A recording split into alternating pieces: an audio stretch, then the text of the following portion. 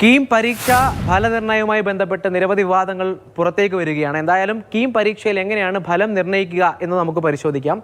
2011 മുതൽ ഇതേ ഫോർമുലയാണ്. അതായത് കഴിഞ്ഞ വർഷം വരെ 2011 ഏത് ഫോർമുലയാണോ മൂല്യനിർണ്ണയത്തിന് പരിഗണിച്ചത് അത് തന്നെയാണ് പിന്തുടരുന്നത്. അതെങ്ങനെയെന്ന് പരിശോധിക്കാം.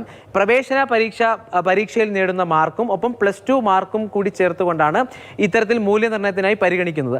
അത് വരുന്നത് ഈ എൻട്രൻസ് പരീക്ഷ, എഞ്ചിനീയറിംഗ് എൻട്രൻസ് പരീക്ഷ ആയതുകൊണ്ട് തന്നെ കണക്ക്, ഫിസിക്സ്, കെമിസ്ട്രി എന്ന വിഷയങ്ങളുടെ മാർക്കിനാകും പ്രത്യേക പരിഗണന നൽകുക. ആ വെയിറ്റേജ് എങ്ങനെയെന്ന് പരിശോധിച്ച് കഴിഞ്ഞാൽ കണക്കും ഫിസിക്സും കെമിസ്ട്രിയും അതിൻ്റെ മാർക്കുകൾ 1:1:1 എന്ന ഫോർമുലയിലാണ്. അതായത് 3 വിഷയങ്ങളുടെ മാർക്കിനും തുല്യ പ്രാധാന്യം നൽകിക്കൊണ്ടാണ് ഈ ഫലം പുറത്തു വരിക.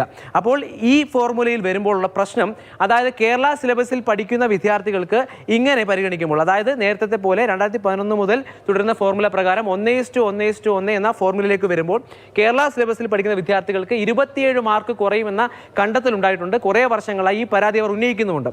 അതിന് പ്രകാരമാണ് ഇപ്പോൾ പുതിയ ഫോർമുല കൊണ്ടുവന്നത്. അതായത് 5:3:2. അതായത് നമ്മൾ മുൻപ് കണ്ട 1:1:1 എന്ന ഫോർമുല മാറി അത് 5:3:2 എന്ന ഫോർമുലയിലേക്ക് കൊണ്ടുവന്നാൽ ഈ ഒരു വ്യത്യാസം മാറ്റാം എന്ന കണ്ടെത്തലാണ് പുതിയ ഫോർമുലയിലേക്ക് കാര്യങ്ങൾ വന്നത്.